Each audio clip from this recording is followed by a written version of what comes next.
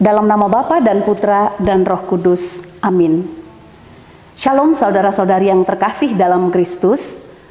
Renungan hari ini kita ambil dari bacaan-bacaan menurut penanggalan liturgi hari ini, yakni dari kitab Nabi Yesaya bab 66 ayat 10 sampai 14c, dari surat Rasul Paulus kepada jemaat di Galatia bab 6 ayat 14 sampai 18, dan Injil Lukas bab 10 ayat 1 sampai 12 dilanjutkan dengan ayat 17 sampai 20. Yesus mengutus 70 murid.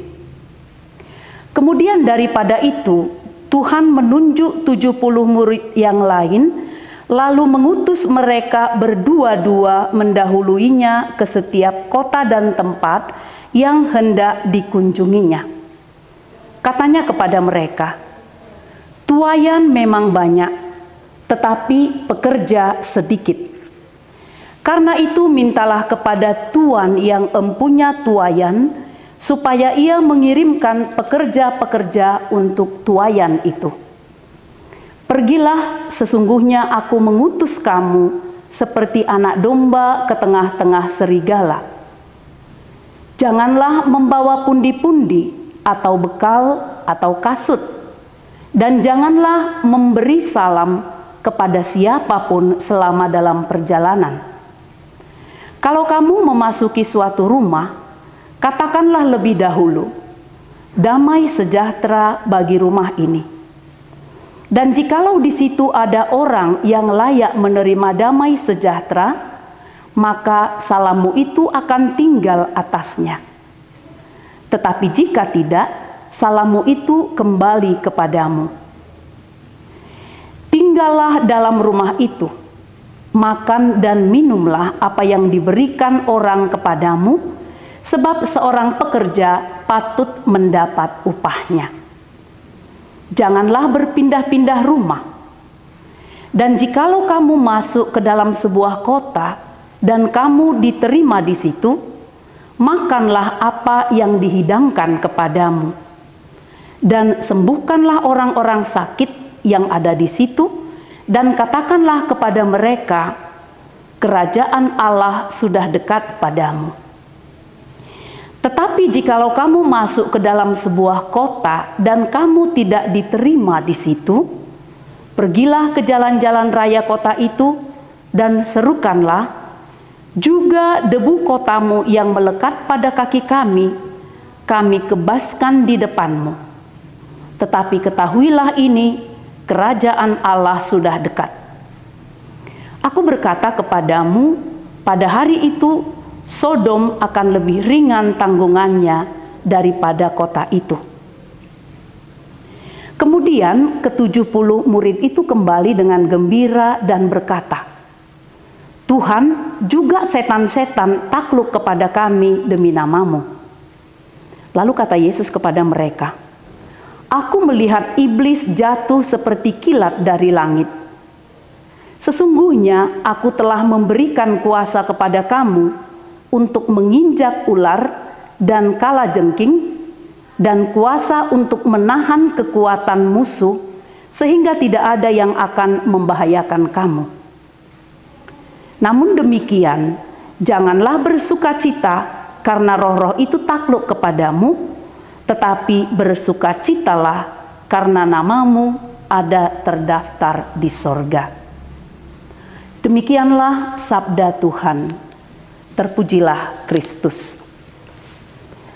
Saudara-saudari yang terkasih dalam Kristus, dalam Injil hari ini kita mendengar bahwa Yesus menunjuk 70 murid dan mengutus mereka berdua-dua mendahului dia ke berbagai tempat yang akan dikunjunginya.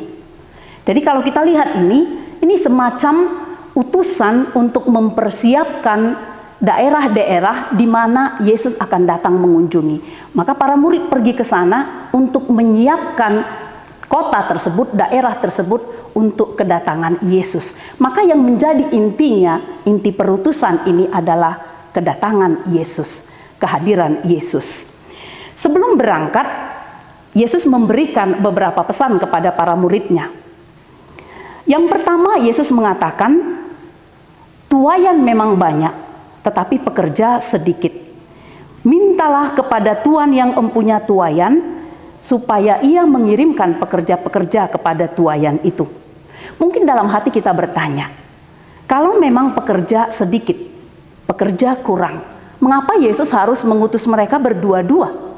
Kenapa mereka tidak diutus satu saja ke tiap kota? Sehingga kalau 70 murid berarti bisa sekaligus 70 kota atau 70 daerah yang akan dikunjungi. Tetapi apa maksud Yesus mengutus para murid ini berdua-dua? Mungkin bacaan atau kalimat selanjutnya dapat menolong kita untuk menjawab pertanyaan ini. Yesus mengatakan, "Pergilah, sesungguhnya aku mengutus kamu seperti anak domba ke tengah-tengah serigala." Metafora yang digunakan oleh Yesus ini mau menggambarkan bahwa menjadi utusan Yesus itu bukanlah hal yang mudah. Akan banyak kesulitan yang dihadapi. Maka kalau para murid diutus berdua-dua, ini berarti para murid diutus sebagai tim. Ada kerjasama. Sehingga kalau ada kerjasama, maka kekuatan itu akan lebih besar. Apapun kesulitan yang akan dihadapi, menghadapinya itu akan lebih mudah karena sudah bekerja sebagai tim. Inilah alasan Yesus untuk mengutus para murid berdua-dua. Kebersamaan dan kerja tim diperlukan untuk menjadi utusan Tuhan, karena kita akan menjadi kuat kalau kita bekerja bersama. Selanjutnya Yesus mengatakan, jangan membawa pundi-pundi atau bekal atau kasut, dan jangan memberi salam kepada siapapun selama dalam perjalanan. Saudara-saudari yang terkasih, pundi-pundi, bekal atau kasut ini adalah materi-materi yang fana. Kalau para murid membawa benda-benda ini, materi ini, maka mereka akan memiliki kecenderungan untuk menggantungkan diri pada benda-benda tersebut, materi-materi tersebut. Padahal materi-materi itu akan habis, dan kalau materi itu sudah habis, kepada siapakah lagi mereka akan menggantungkan diri? Maka Yesus dalam perutusannya, ketika dia mengutus para murid itu, dia menginginkan para murid sungguh-sungguh menggantungkan diri dan menggantungkan hidup mereka hanya kepada Tuhan, bukan kepada materi-materi. Kalau mereka menggantungkan diri kepada Tuhan, maka segala sesuatu akan disediakan oleh Tuhan. Kemudian Yesus juga melarang para murid untuk memberi salam kepada siapapun selama dalam perjalanan. Mengapa Yesus melarang mereka? Kalau para murid nanti memberikan salam, menyapa orang-orang dalam perjalanan mereka, ada kemungkinan para murid ini nanti akan melupakan apa yang menjadi tujuan mereka. Yesus mengutus mereka ke kota-kota tertentu. Kalau mereka sudah banyak berinteraksi, memberi salam kepada orang selama perjalanan itu, bisa saja nanti mereka nyangkut di kota tersebut dan lupa pada tujuan yang seharusnya mereka capai. Yesus menginginkan agar dalam perutusannya para murid ini sungguh fokus pada tujuan yang telah ditentukan oleh Yesus. Lalu selanjutnya Yesus juga memesankan supaya dalam perjalanan itu, dalam pengutusan itu, para murid senantiasa memberikan salam damai kepada yang dijumpai, menyembuhkan orang-orang sakit, dan memberitakan kepada mereka bahwa kerajaan Allah sudah dekat.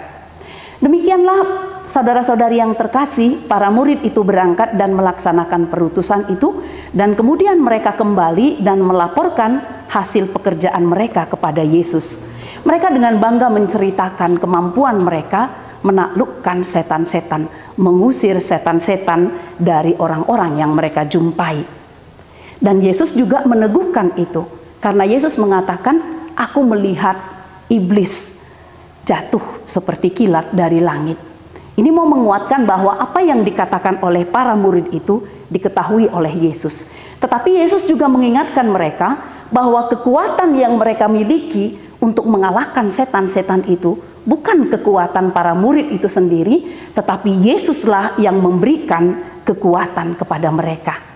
Kembali Yesus mengingatkan bahwa yang menjadi inti perutusan mereka itu adalah Yesus sendiri. Kemudian ada hal penting lagi yang diingatkan oleh Yesus kepada mereka. Yesus mengatakan, jangan bersukacita karena kamu mampu mengalahkan iblis itu. Karena kamu mampu menaklukkan iblis itu. Karena bukan itu yang utama. Tetapi Yesus mengatakan, bersukacitalah karena namamu ada di surga.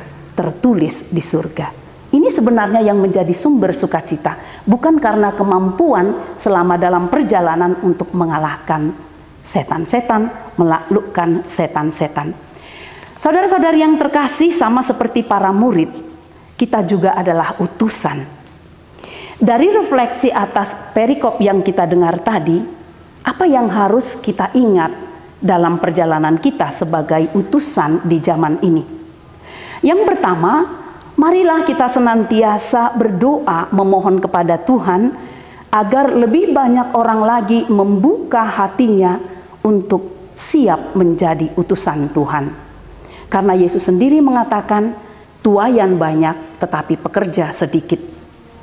Hal yang kedua adalah dalam melaksanakan perutusan, kita mesti melaksanakannya secara bersama-sama dan bekerja sama. Kebersamaan akan memberikan kekuatan kepada kita dalam menghadapi tantangan dan kesulitan dalam melaksanakan perutusan.